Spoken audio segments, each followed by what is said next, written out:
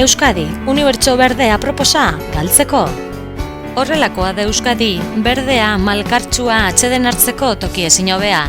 Autonomia erkidegoak landatar nortasun propioa mantentzen du.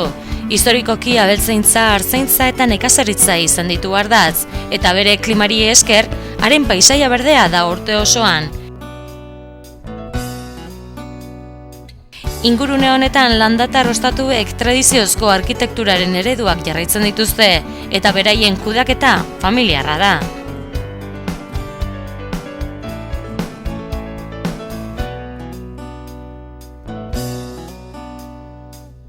Ostatuen eskaintza beste mota bateko hotel eta zerbitzu enpresen bidez osatzen da, baita ekipamendu kultural eta kirol instalazioekin ere, museoak, naturaren interpretazio zentroak eta abar.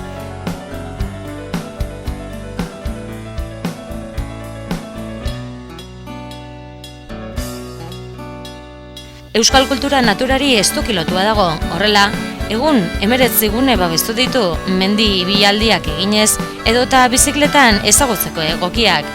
Euskadiko eremu edernetan murgiltzeko eta bertako bizilagunekin zein kultura errotuenarekin nahazteko modu bada. Baina Euskadi berdea ez da soilik barnean aurkitzen, baita kostaldean eta bere hirietan ere.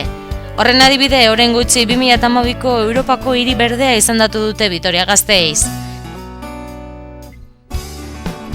Gainera, Mutriku, Deba eta Zumaia kostaldeko udalerriak Europako geoparkeen sarearen parte dira dagoeneko, beraien gizatiar eta paisaia zen balio geologikoa, ondare artistiko eta kulturalarengatik. Euskadi, aurrez aurre naturarekin.